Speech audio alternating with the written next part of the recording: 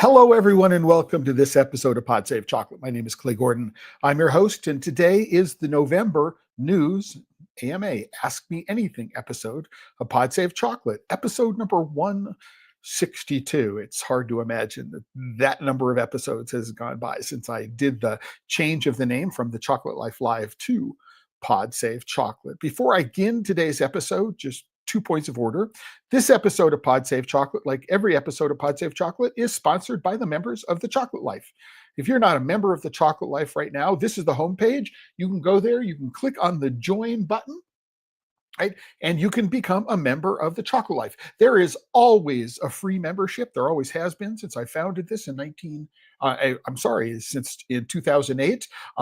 But there are premium member tiers if you have the resources to be able to support the work that we're doing here on the Chocolate Life. So please, if you do have that option, please go and support the Chocolate Life. I also want to mention, that no matter where you are in the world, you can go into the comments, whether it's the live chat on YouTube or the comments on LinkedIn and Facebook, and let me know where in the world you are connecting from. I'll get that shout out up on screen.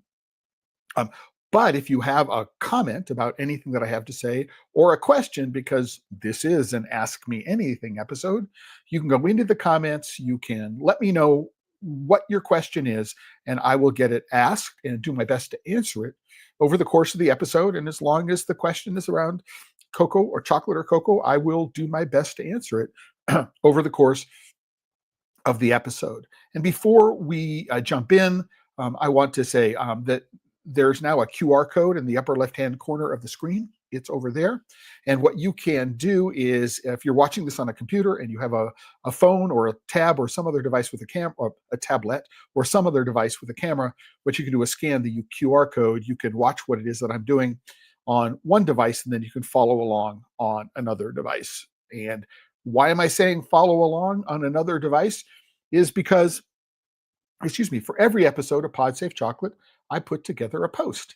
And this is the post for today's episode.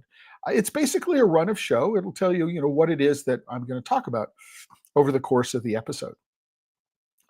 These are unscripted. They're just talking points. It's an outline that lets me know where I'm going. And what I want to do for the news in AMA, as I always do for these things, is talk about the ongoing saga of the cost of cocoa. And if you are a chocolate maker, or you're anybody who purchases anything which it might be either cocoa beans or a derivative made from cocoa beans, so butter powder or nibs, or whether you're producing or whether you're buying a finished chocolate, that what you might want to do is you might want to keep track of what the commodities market is doing. What is the price of cocoa around the world? And so what we're going to do is we're going to go over some sources for pricing information, and you can go take a look at it. So here is the futures prices, which are on the which are at a website called barchart.com. And I'm going to go back.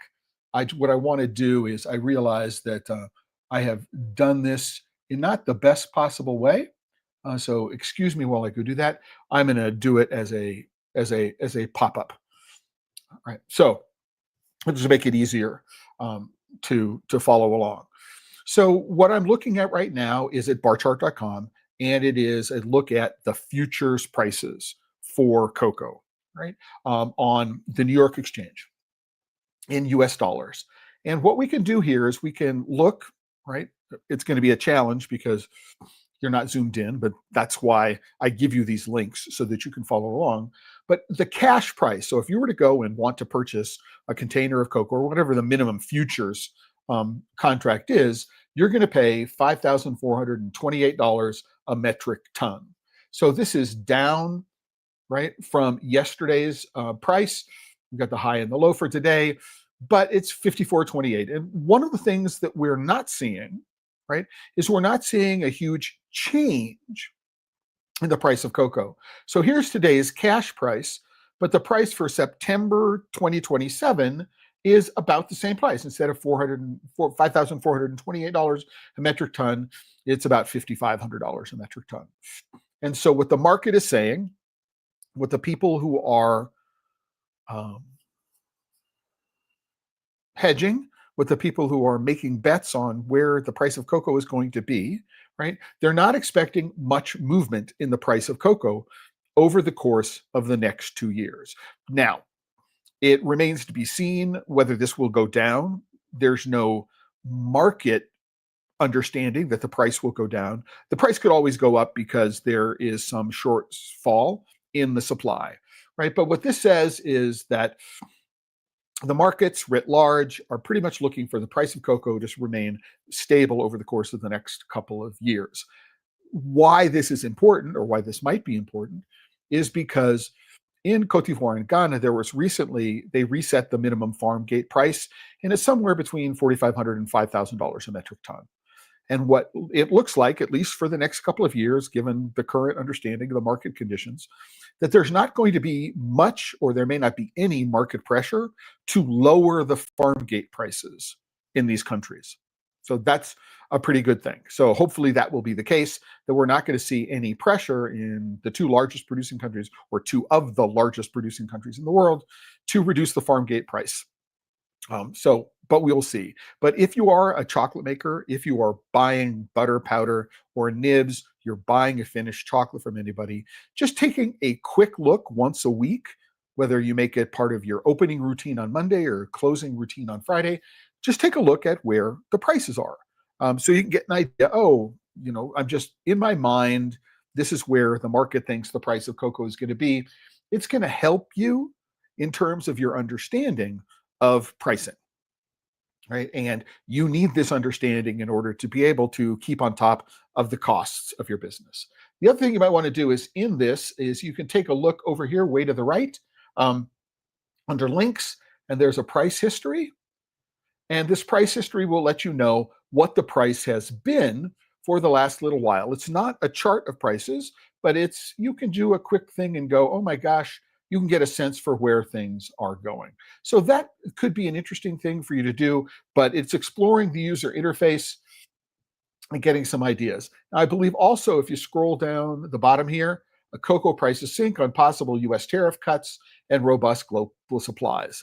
And so what you're doing here is you're saying, oh, here is some news, which gives us an indication for why prices might be going down, right? So there's an expectation that the harvest is going to return to something more like normal for the last couple of years, and people are expecting tariffs in the US to be cut, tariffs on beans and tariffs on derivatives, as well as chocolate, to be lowered over the course of the next several months. So we're at a 1.75-year low in this chart. So good to know, right? That it looks like prices are stabilizing, and this $5,500 a metric ton, assuming no disruptions to supply, might be a new normal. Another way to go look at this is there's another website called Trading Economics, and here is a graph that they put together. And so cocoa futures continued their downward trend. It's the lowest has been around $5,200 a metric ton. It's gone up. The lowest since January of 24, mainly driven by a brighter outlook for West African supplies, right? So reports from Ivory Coast. Farmers state the cocoa trees are doing well. A recent dry weather helped harvested. So they're upbeat for this, right? Additionally, expectations of potential tariff cuts in the United States. So here we have two different reporting, which are saying the same thing. I don't necessarily know that they're right, but they are saying the right thing. They're saying similar things. I don't know if it's right or not, but they're giving the same reasons for where prices are. Now, if you are interested, you can go to the International Cocoa Organization. You can look at their pricing stats for their daily prices over the last couple of years. I don't want to receive regular news, but you can get the London futures price in pound sterling, the New York futures price in US dollars, the Echo daily price, and you can figure out what those means. The great things about this particular source of data is that you can say, I can get the monthly average over the course of all time that ICO has been keeping this, and you can download these as a CSV or a CS, not a cocoa swollen shoot virus, but a comma separated value, not CSSV, but CSV file. And you can do some analysis, right, between the two. So you can look at the monthly close all the way back to, or the monthly average all the way back to 2005, which will give you some ability to keep track of things. Not entirely sure why you would need to do that, but I just wanted to point you out that it is an option that that is available to you. One question I have, if you're watching this either live or after the fact, and I'm going to ask this question someplace else, is the price has gone down. The price of cocoa has gone down from $12,000 a metric ton to around $5,500 a metric ton over the last year or so, right? And we saw immediate rises in the price of derivatives and the price of chocolate, as well as beans, when the prices was high. But is anybody seeing the prices go down, right? So, the price is, less than half of what it was a year ago. Are we seeing the prices of cocoa butter come down? Are you seeing the prices of powder come down? Are you seeing the prices of anything coming down other than if you're buying beans under these new prices? And that is actually one thing to think about, is that it takes many, many months. So if I'm a big chocolate maker, I'm Barry Callebaut, I'm Belcolade, I'm any one of these big suppliers. It could be Guittard, it could be anybody. And I've bought beans at $10,000 a metric ton a year ago. It's going to take me a while. It took many, many months from the beans to get from the farm across the ocean to my factory. And I then have to work through inventory. And I'm not likely to lower prices until I work through inventory and I can start bringing beans in to my factory, which I purchased under lower prices. And these companies may be reluctant entirely to lower prices at all. But so one of the questions that I have is anybody seeing any prices at all go down, depending on where you're buying it from? So, if you're buying it from a smaller sort of boutique supplier, perhaps like Meridian or somebody like that, are you seeing lower prices for what you're doing? Or if you're buying it through Uncommon, are you seeing lower prices yet? Or do we still have the very high prices that we saw when the prices were at near historic highs? Right. So the other thing that appears to be sort of ameliorating this issue and providing some uncertainty into the marketplace is what's going on with the EUDR. Right. So this is news from this morning. I updated this. Negotiations are ongoing over targeted changes to the implementation of the UDR, but the European Commission's latest position appears to be to keep the core start date for medium and large operators at 30th of December 2025. What is a medium or large operator? Right? It is, okay, a small to medium, a company classifies as small to medium if it meets at least two of the three requirements. If you have less than 250 employees, you have 50 million or net, 50 million or less in a turnover, and 25 million or less in a balance sheet total. If you have anything above that, you're considered to be a large business. There is no, cutoff apparent, or I didn't do the research to say this is the difference between a small enterprise and a medium enterprise. I only asked the question, what was the difference between a medium enterprise and a large enterprise?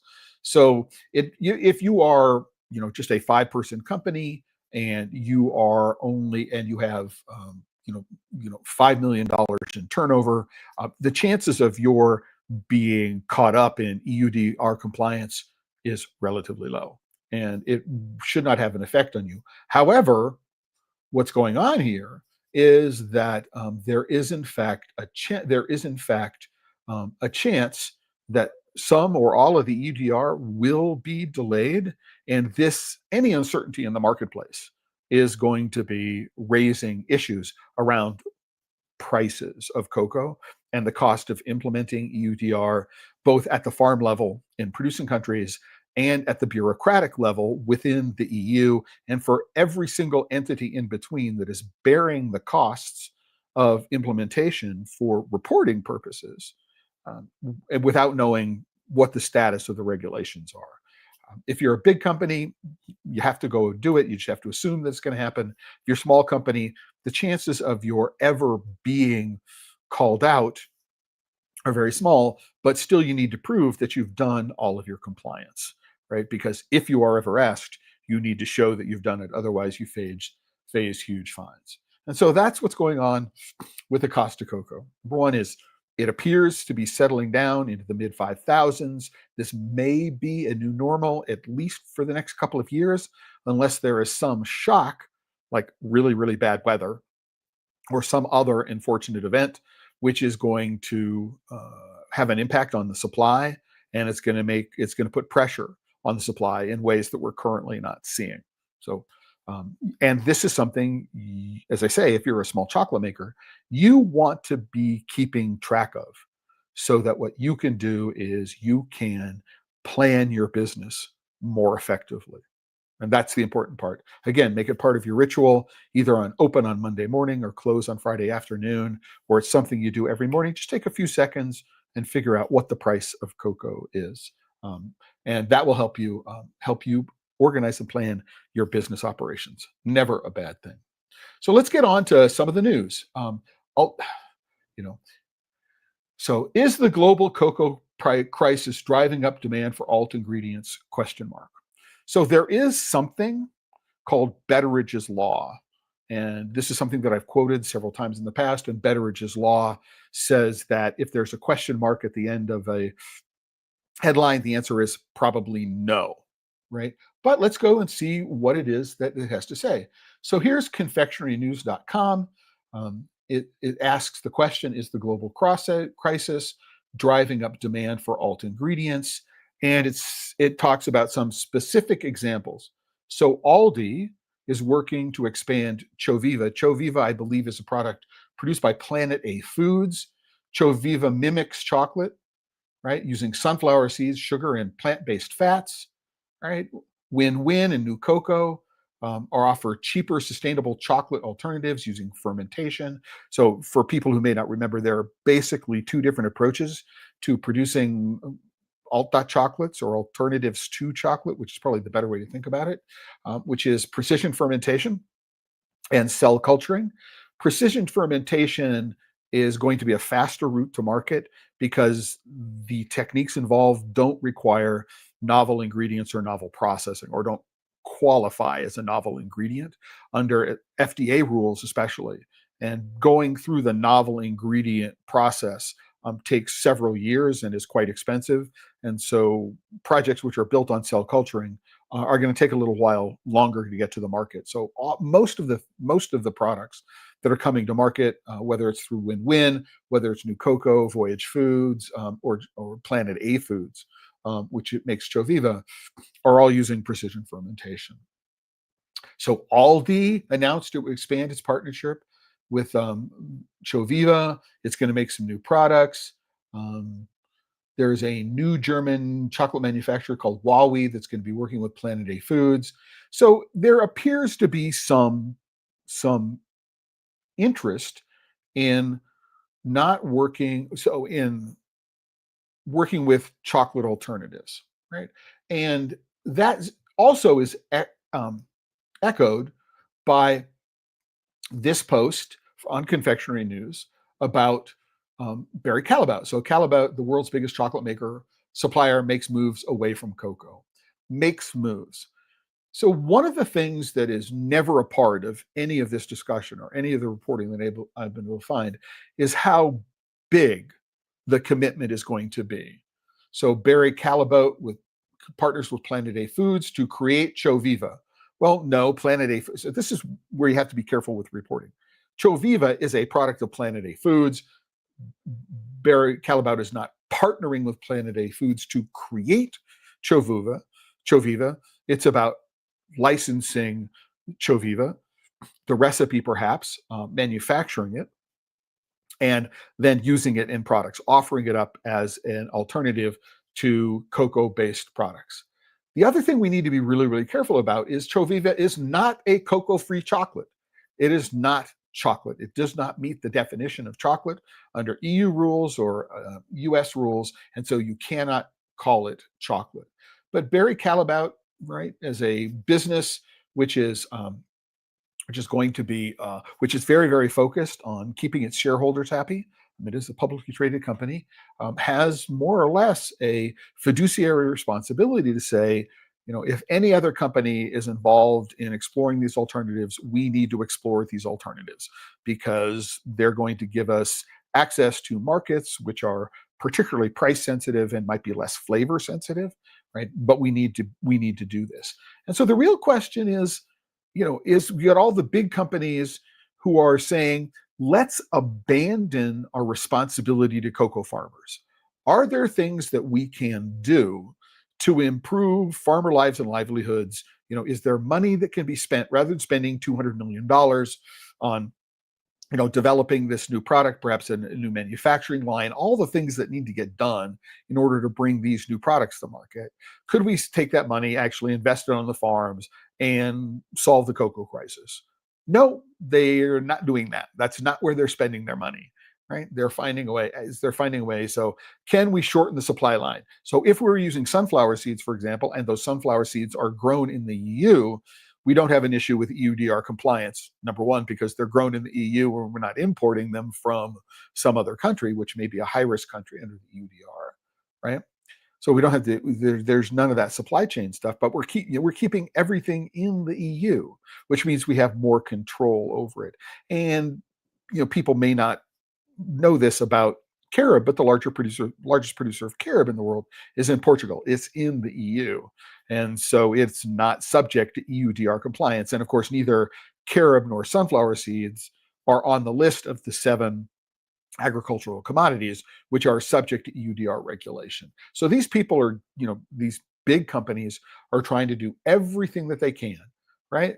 The chocolate giant was quick to reassure customers that traditional cocoa, this language, traditional cocoa, right, as opposed to fake cocoa, right? Why not real cocoa? It's not traditional cocoa. Cocoa is what chocolate has been made from for hundreds and hundreds of years. This distancing language should be a signal to everyone who cares about this problem that this is going to become a real marketing issue and a marketing challenge that's going to be coming to the forefront over the course of the upcoming year and perhaps decade, right? So let's just figure out what that means. It's just, we need to care. So is Barry Callebaut, is Belcolad, we need to find out what the plans are from ECAM in Italy, IRCA here in the United States, whether Guittard plans to do a chocolate alternative. We need to figure out those things. But right where it says here, but with climate change continuing to threaten cocoa crops and the market remaining volatile, it's hard to know how long the pledge will last. The pledge being the chocolate giant was quick to reassure customers that traditional cocoa remains at the heart of the business and will continue to play a central role in the future. Central role, 51% plus? 51%? Is that what central role is? I don't know the answer to the question. And of course, neither does Barry Callebaut. Nobody at Barry Callebaut knows what it is that's going on. And if they do have plans internally, it's certainly not something they're going to be sharing to members of the general public. And of course, they might not be sharing those plans with investors and analysts just quite yet, because their profit margins are being hammered, as are many of the large chocolate suppliers. Their processes are being hammered. Their profits are being hammered. This next news, FDA warning letters. I subscribe to this weekly update from the Food and Drug Administration here in the United States about warning letters that have been issued. And these warning letters that have been issued are about products that do not meet FDA standards. So I'm not doxing anybody. You can sign up for this newsletter and get this information. And I'm not hiding anything because this information is publicly available. But this is a company called Blue Forest Farms. They're headquartered here in the United States in New York. And what they're talking about is what they think about here is an adulterated dietary supplement. So what the company is proposing, or what the company has labeled, is that we have a product. It is a chocolate bar which is enhanced with a particular kind of mushroom, right? And we go down here and we look at around here, and it says there is a chocolate bar. right? So it says the use of a combination of ingredients characteristic to a chocolate bar, right? Right, which are listed on the website, right? But what this says, as sold, your product represented for use as a conventional food, for example, by the use of the word chocolate in the statement of identity on the package label, right? And what this says, at least to some extent, right, the FDA is likely to look at Choviva being labeled as chocolate, to have chocolate anywhere on the front or the back of the package, that word, unless it's in the context of chocolate flavored, right? They're not likely to accept the alternative chocolate formulations, no matter who they're coming from. They're not going to allow them to be labeled as chocolate because they do not meet the standards of identity for what chocolate is. And that's a good thing, right? I think that's a good thing. But what it also suggests is that an individual might be able to send a note to the FDA and say, here's a product. It appears to be labeled improperly. And what you might want to do is you might want to take a look at it. It says chocolate, but if you look at the ingredients, there are things on the ingredients label which aren't actually chocolate.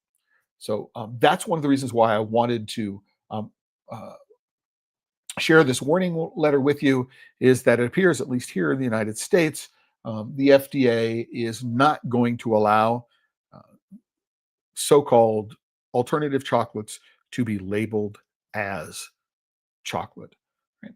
And I'm hoping that if collectively as a group, so if you find anything that is labeled as chocolate but it's got an alt chocolate ingredient in it, that what we can do is we can put together um, like a change.org petition against that idea, or what we can do is as a group, we can send a letter into the FDA saying, here's a product that you might want to examine because it's not following the labeling rules. Right? So, so, so that's that. I think that's important. So just for fun, I also take a look at Google News every day, and I sort on the word chocolate. You can see the word chocolate is up here. And unfortunately, I don't think there's a way to say, don't show me recipes. Maybe it can. All right. So what have we got here? The best hot chocolate mix, and it's not Swiss Miss. Right. So this is from a website called Sporked. Not familiar with them. I don't know. What is the best hot chocolate mix? Um, it is from Land O'Lakes Chocolate Supreme, is a fan favorite. So these are all going to be cocoa powder based, and I would think that are going to be mainly sugar. So is it news? I don't know if it's news or not, which is one of the reasons why I had a question mark. Is this news? And let me know. I mean, do you have a favorite hot chocolate when you go into a store? You have a white chocolate? Do you like Trader Joe's as a brand? Go into the comments. Let me know what you think. We have Peru wins the chocolate Oscar. That sounds like it could be interesting. It's from UPI, United Press International. So what have we got here? It's from today, as a matter of fact. It's from today. And what it's saying is that at the International Chocolate Awards, right, it says Peru became the top global winner, which is a little misstatement here. I mean, it may be correct at some level, but what it means is that a particular company, right, which is headquartered in Peru, right, and in this particular case, it's Cacao Suyo out of Lima, received the overall winner award in the recent International Chocolate Awards, and it is this El Ganso 70% bar made with beans from Junin, which I believe is in San Martin province, although it may be in Huánuco. I'm not entirely sure. I know that I've been through Junin. I'm just not sure exactly where the border between San Martin and Huánuco are. But it's good to know. The International Chocolate Awards were announced recently, if you haven't been there. So what else have we got in the way of news? A spoonable chocolate supplement for skin health. I mean, is it news? I'm generally against thinking about chocolate as a vitamin supplement delivery vehicle, right? for DMV Chocolate and Coffee Festival. So DMV is not the Department of Motor Vehicles, just so that everybody know. So we can find out. It's about the Dulles Expo Center. It's a chocolate festival in the Washington, D.C. area. So closure of Expo Center is taking in Chantilly, Virginia. So 200 small businesses. This year's festival is bittersweet. This is one that I'm not entirely familiar with, but I will add it to my calendar for next year. So I do know some people who are going to be there this coming weekend. Oh, and by the way, when it comes to chocolate festivals, this coming weekend, so not tomorrow, but a week from Friday and Saturday, a week from today and tomorrow, is going to be the Midwest Craft Chocolate Festival in Rushville, Indiana. And I'm leaving on Wednesday the 19th.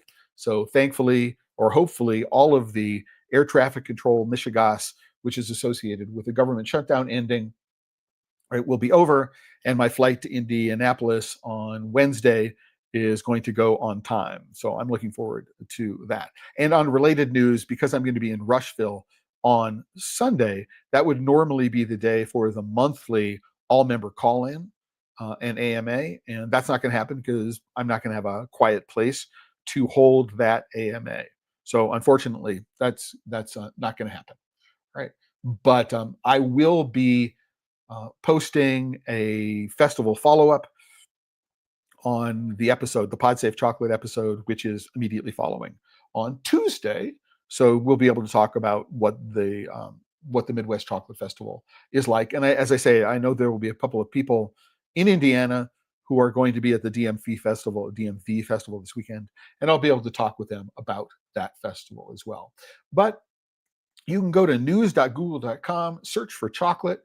It looks like you can do some negation. So, excuse me, don't show me recipes, right? And you've got a bunch of different things you can look at. And you can decide if you're looking, what you're looking for. And I look at this on a regular basis just to find ideas for stories and ideas for topics around trends.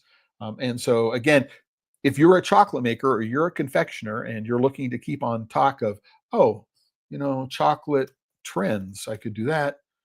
The biggest chocolate trends in 2025. So you can just a real quick, right, once a week, 5 or 10 minutes. Ooh, could Tokyo style be the next chocolate trend? I hadn't thought about that. What is Tokyo style chocolate rather than Dubai chocolate? It is Dubai chocolate. What is Tokyo style chocolate? I'm probably going to guess it's going to be green tea. So it's with matcha.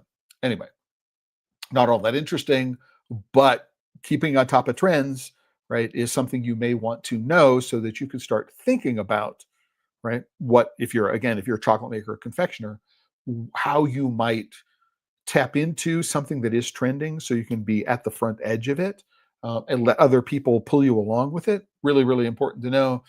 Going to Google News and just doing a quick search once or twice a week, maybe during lunch to occupy some free time, is going to be a good thing that you can do.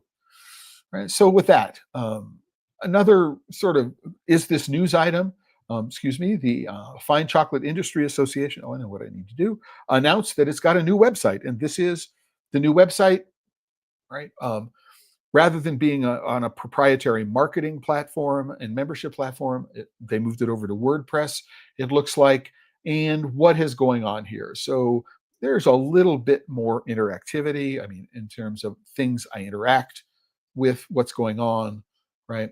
But there's not a whole lot of information that I can get to, which tells me a whole lot about what the FCIA is and what it does and what the membership benefits are and things like that. If I go to the FCIA, I go to its mission, its vision, its values, right? And I want to know what the FCIA does for me. So there's membership information, right?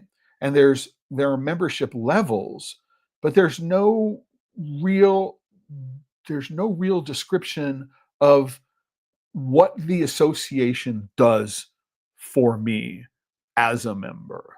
right? I can say, oh, it holds events and webinars, but apart from that, I don't know what it does. I don't know what the FCA does for me. If I'm going to become an FCIA member, what does it do for me? And it also doesn't really, so it talks about the staff and board, right? And it says joining the board of directors. So we have who the directors are, we have who the staff are. But one of the things that the association has never managed, the FCIA has never managed, is to really talk about its history. Who are the founding members, right? Where does this come from? Who and when? So there's no discussion of the history of the organization. I'd really like to know what the history of the organization is. And there's nothing here that talks to you about that. So again, I don't know. I mean, and I've been a member, and I was at its first meetings, and I think back in 2008 or thereabouts. I mean, we're around when the first meetings would be. I don't know why I wanted to join this. I don't know. I mean, I look at the membership information, and it tells me how much it costs and membership of benefits available. So premium memberships are members, but it doesn't membership benefits.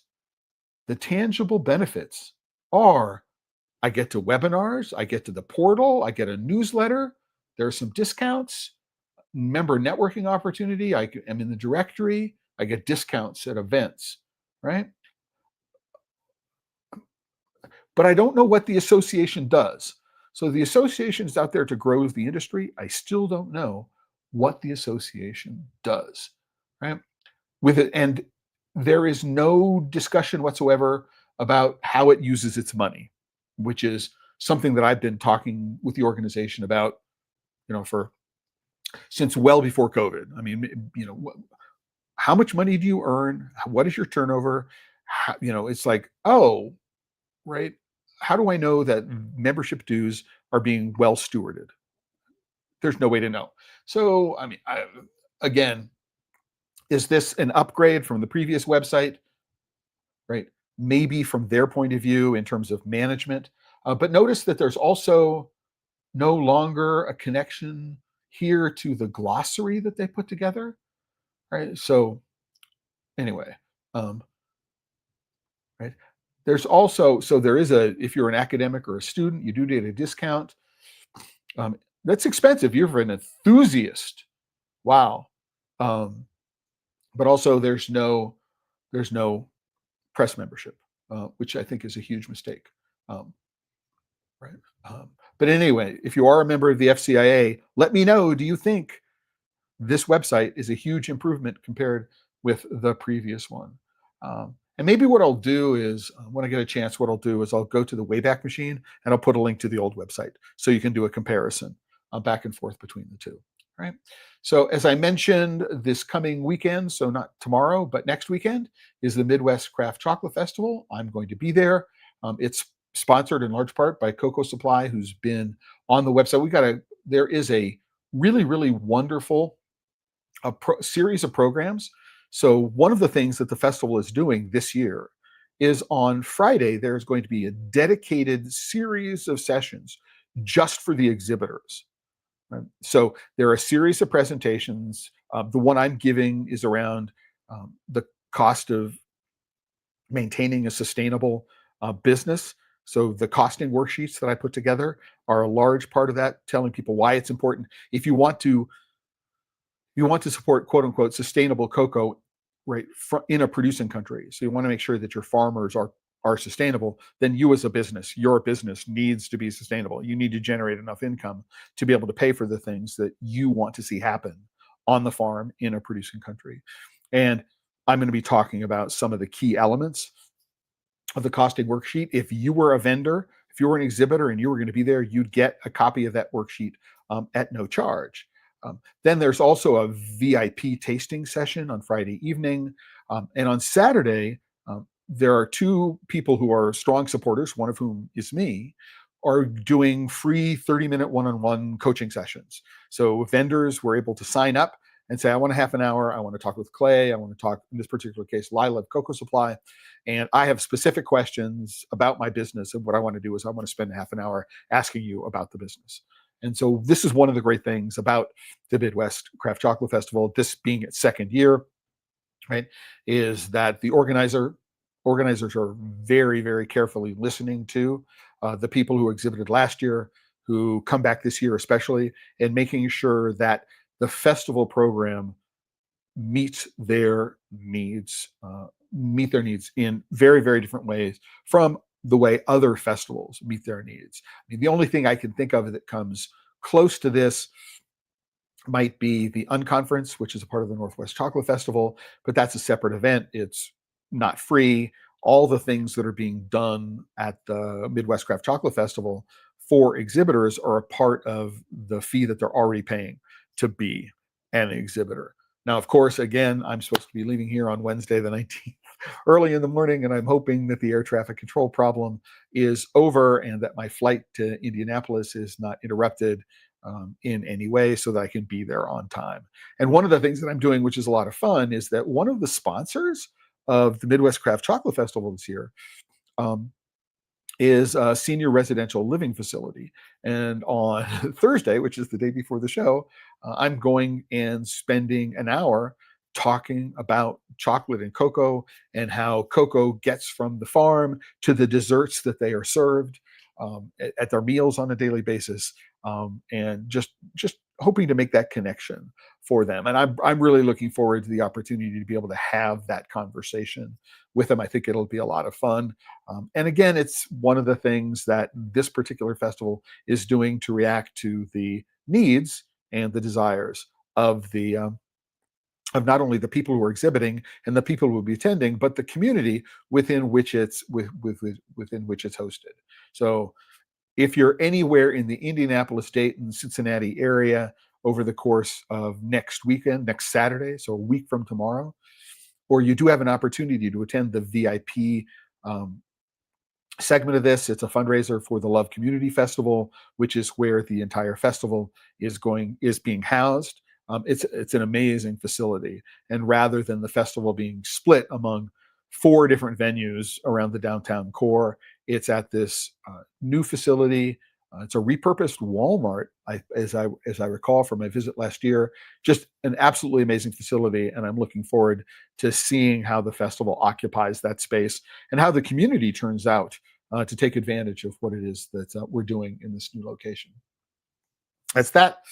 And if you are interested in going to Amsterdam in February, the schedule for 2026 has been posted. So the link to this page is available. You can go and find out what's happening on each one of the days.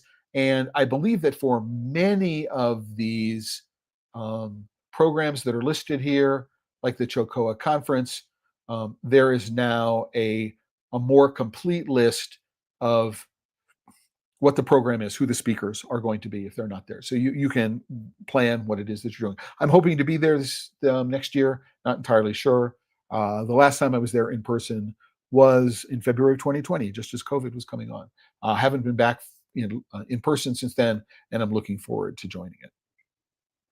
One thing that came up this morning, right, as we sort of head into the last part of it. Again, if you're watching, no matter where you are in the world, let me know. Just go into the comments or the live chat on YouTube, the comments, LinkedIn, Facebook. Let me know where in the world you're connecting from. Or if you have a comment about anything I've talked about, or you have a question about chocolate or cocoa that you'd like to ask me, then please go put it in the comments. I'll get it up on screen and I'll do my best. So this is a newsletter that I subscribe to. You're looking at it. I am logged in. So actually, I take that back. I'm not signed in. I do this in an incognito browser. So I can show you the join link, but this is an incognito. This is Cocoa Radar, which is put together on a regular basis, which is, I suppose, edited and published by a gentleman, Tony Myers. Tony used to be the editor at used to be at Confectionery News magazine. And what Tony is writing is that Barry Callebaut puts a price tag on cocoa sustainability, right? And In its 2024 annual report, the world's leading chocolate manufacturer revealed new research designed to quantify the true price of transforming cocoa farming into a climate resilient um, community-based system. So we need to look very, very closely about what is being claimed in the article. And in order to be able to do that, what we need to do is we need to actually download the report, which I've done. Here's the report, right? The annual social and environmental impact report produced by Barry Callebaut. And what we can do is we can go take a look at what's inside of it. So it's called the price tag study internally. So let's go take a look about what it actually states. But if you want to go and look at this post on Cocoa Radar, you can go take a look at this post in Cocoa Radar. Again, if you are a chocolate maker or confectioner, there is a free subscription level, and you can get this emailed to your inbox on a regular basis. But what I want to show is that like posts in Confectionery News, International Confectionery, Kennedy's Confections, Candy Industry, any one of these professional publications, you need to be a critical reader. So let's go take a look at that. So if you want to, you can download the report. Here's the download link, right? So it says that the annual social and environmental report details Barry Callebaut's sustainability activities, their KPIs, key performance indicators, and governance under Forever Chocolate, which is the overall name for their initiatives around sustainable cocoa.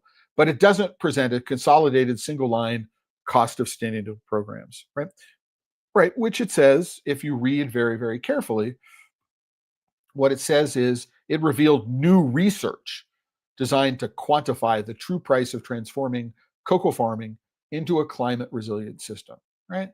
So the financials shown, right? So there are financials which are shown in this program, which are around its Cocoa Horizons program and its Forever Chocolate program, right? The financials shown are performance metrics, right? But they don't actually, there's nothing in the report that actually gives anybody an indication of what the cost of transforming cocoa farming into something which is truly sustainable, right? So the reporting does refer to Barry Callebaut's planned price tag study, which is going to be conducted under its North Star framework. And what I did was I took a look at what that meant. And it's a North Star framework is something that Barry Callebaut uses to describe country-specific transformation blueprints for cocoa. However, there's no link to the methodology, so you don't know what methods, analytical and otherwise, are going to be used as a part of the study. There's no discussion of how the results of whatever research is being done are going to be implemented on the ground, and there's no external auditing. So there's no way to know if the methodology is any good, if the methodology was followed in any way, and whether or not any of the numbers which are generated from this study are in fact trustworthy or reliable in any way. So I'm going to go reach out to the people at Barry Callebaut and say, hey, when this new report gets published in 2026, I want to make sure that I receive a copy of it. And then what I want to do is I want to make sure that I have an opportunity to speak with somebody about who was involved in its production and find out what it does mean. But it's really important to understand that this study, whatever it is based on an internal methodology, which has, at least right now, no public representation. We don't know what the methodology is, and there is no external audit. So we don't know anything about it. It's just, here's our results of our proprietary research. Right? So, we don't know if and how, or how and if there are anything which is contradictory, how it's going to be represented to. So contradictory to the narrative that Barry Callebaut wants to present. We don't know how that's going to be reported. And it would be interesting to know for the next chocolate scorecard, if the next chocolate scorecard actually implements any of these things. All right. The other thing that you might want to note is that this research study is limited to Cote d'Ivoire. And I think it would be optimistic to be able to say that whatever lessons we learned about the cost of sustainable cocoa in Cote d'Ivoire, I don't know that they will apply next door to Ghana or to Nigeria or to Cameroon, let alone someplace in Latin America. So could we take the cost lessons of Ivory Coast and apply them to Brazil? Probably not, right? There may be a sort of a plus minus factor, but they're culturally very, very different. The legislative and the regulatory environments are very, very different. And I don't know that this will help us do this, help us understand what the cost is going to be. And more importantly, who should bear the costs. And Barry Callebaut, if you decide it's going to cost you, 50 million francs a year, Swiss francs a year to do this, you should be expected to pony up 50 million Swiss francs. It's your issue and your supply. And how much of this entire supply chain is represented by your your production? Is it going to be the same for other? So there are lots of questions I have about this, which is why I think that critical reading is really, really important, because I don't think again, real critical reading is necessary. It's great that Callebaut is doing it. I have questions about the methodology. I have questions about the reliability of the results, and we'll see what's going. And then I have a question about the general applicability of the findings. So we'll figure it out, and we'll see. For example, does this talk about ARS 1000, which we talked about recently, which is a Pan-African framework for cocoa sustainability that, among other things, focuses on large-scale collaborative endeavors, so cooperative endeavors. We'll see if there's any overlap between those two things. All right. I'm going to finish today by taking a look at trends. And so top 5 Christmas confectionery trends. Some of these for me are sort of duh. So what are some of the top 5 Christmas confectionery trends? For most of you out there, right, if you're a maker, it's probably way too late to start thinking about introducing any of these things for this year, right? But this was published, and guess what? It doesn't have a publication date, which is another thing I don't like about this. So I don't know when it was produced, but it was after Halloween. So anything that's after the 1st of November for the end of December, I mean, you have to be a really small producer in order to be able to get anything into the marketplace. So what are the top 5 trends? Nostalgia with a twist, right? And these are all big companies. So all of these products, Cadbury, Lindt, Hershey, Twix, Kit, all of these companies have been working on this for months and months and months and months and months, and may have been working on this for well over a year. So nostalgia in a new way, right? It's like Lindt is embracing nostalgic flavors like cherry and gingerbread into its Lindor truffles. So what we know here is that nostalgia with a twist, right, combined with what are called LTOs, limited time offers.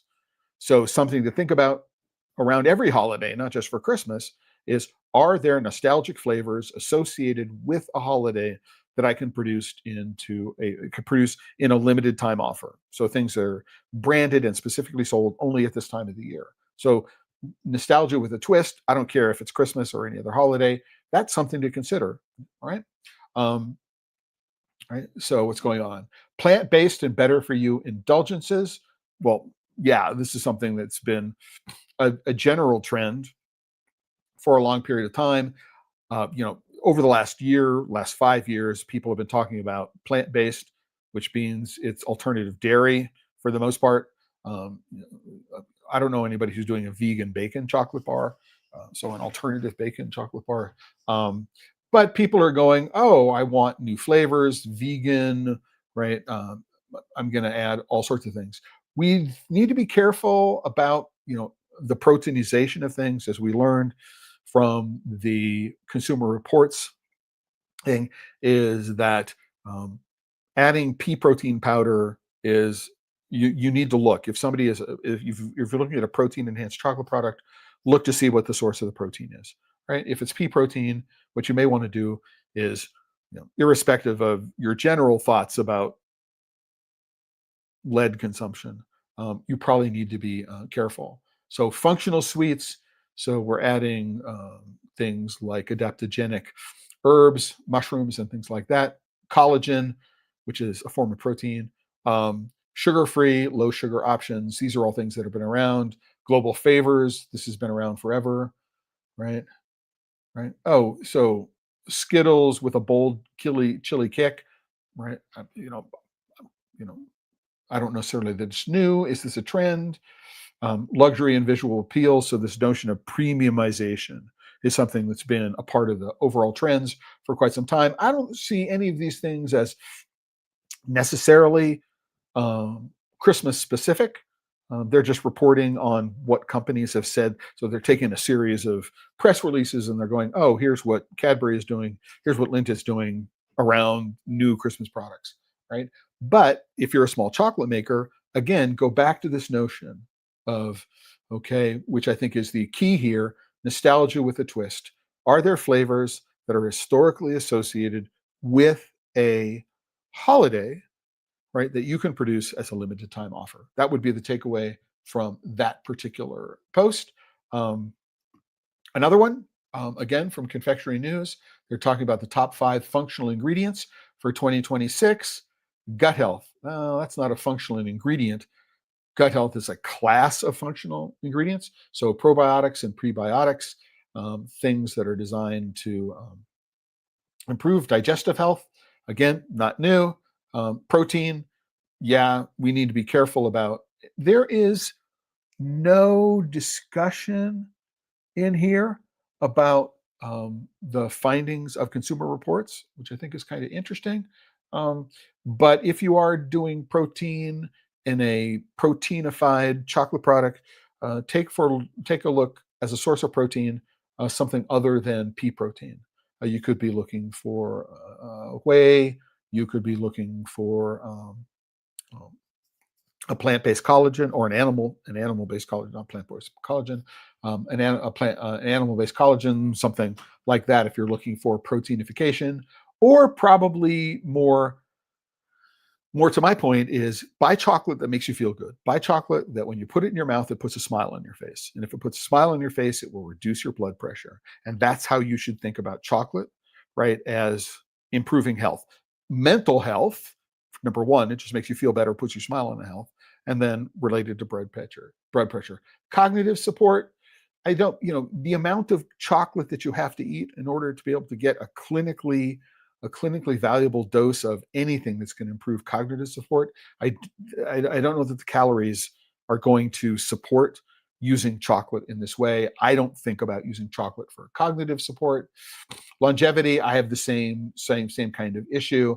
Is if you're talking about huge amounts, so things like that. So I'm using nicotinamide mononucleotide, so something called MNN to boost NAD levels, right? Often paired with spermidine, fistin, and curcumin to enhance mitochondrial function and reduce inflammation, right? Glutathione, ergothioneine, right? Can you actually get a clinically beneficial dose in a small piece of chocolate, making the dose that you're getting in line with the calories and the other things you don't want? I don't know the answer to that question, right? So anti-aging formulas, sleep, immunity, telomere support. Okay, again, right? Think about it. And is that where you want to go and think about that? As a small company, is that where you want to go with the way you're pushing your products if you don't have the marketing support? And again, women's health, for me, right, I understand that there are very different dietary requirements for men and women at different stages of our lives. And however, I don't know that I would look to chocolate as a delivery vehicle for those things, given how much chocolate we have to eat in order to deliver a clinically beneficial dose. And this is where I don't see any of these products having, or I can't say all of the products. I don't see many of these products, right, actually having, clinical trials, right, double-blind controlled placebo trials, which are going to indicate that people who consume this product in this amount experience this benefit, right? They're making claims. I don't necessarily know the claims are substantiated. What I will say is one thing to think about is premiumization, right? In general, is something you want to consider. So we have limited time offers, right, which are take advantage of seasonality and specific flavor profiles. Nostalgia is one class of flavor profiles, but premium confectioner appears to be, according to everybody that talks on this topic, um, appears to be where growth is going to be. And so there's a definition of premiumization. Here are some examples from some of the large companies, what they're doing. And again, right, so Lindt and Sprüngli launched Lindor pistachio cream truffles, right? And I'm going, oh my gosh, what this probably means is that their Dubai chocolate bar knockoff is not working. So they're trying to take the pistachio cream into a Lindor truffle. And how much actual pistachio is going to be in a Lindor truffle compare. So this is, I look at this perhaps cynically as an attempt for Lindt to take the Dubai chocolate craze and put it into a format that the average Lindt customer will know, the Lindor ball, and then go, oh, this reminds me of the Dubai chocolate, but it doesn't have the crispy phyllo dough in it. It doesn't have the texture component with it. But take a look at what people say is fueling demand, and then ask yourself, how is my business taking advantage of it? Are there aspects of what's going on in this premiumization that will enable me to use less expensive ingredients? Because among other things, it's about packaging and flavor, right? Not necessarily hugely expensive ingredients. So go take a look at that and see what you think about what's going on. So 63% of consumers would rather have a small amount of premium chocolate than a large amount of regular chocolate. That's a marketing message that you can tie into. When it comes to what consumers want most from premium chocolate, it's high cocoa content and unique flavors. Those are things that you can tie into when you do this. So this is a really interesting article to take a look at, that if you are a chocolate maker or confectioner looking to grow your business, that's a place to go. And that's it for today's news and AMA here on Pod Save Chocolate. I am going to be back this coming Tuesday, which is the 18th. We'll be following up with this past Friday's chocolate Pod Save Chocolate post. The post for this past Friday was about the epic failure of cocoa sustainability initiatives. I'm going to talk about some things that I think are needed to address why cocoa sustainability initiatives have failed so far, and more importantly, what we can do about it. And that's what I want the focus. What can we do? Rather than just complaining, what can we do? And that will be the focus for this coming episode of Pod Save Chocolate. I won't be doing a Friday episode because I'll be at the Midwest Craft Chocolate Festival working with the exhibitors on Friday. So a week from Tuesday, I'm going to be doing a roundup of the Midwest Craft Chocolate Festival and speaking with some people about the DMV festival to see what their thoughts are about that. And that's it for this episode. I hope you enjoyed it. This episode of Pod Save Chocolate, like every episode of Pod Save Chocolate, is brought to you by the members of the Chocolate Life. This is the homepage of the Chocolate Life right now. This is the link to the post for today's episode, but up here in the top navigation is a join button. There has always been a free membership level in the Chocolate Life since I founded it in 2008. You'll get a monthly newsletter.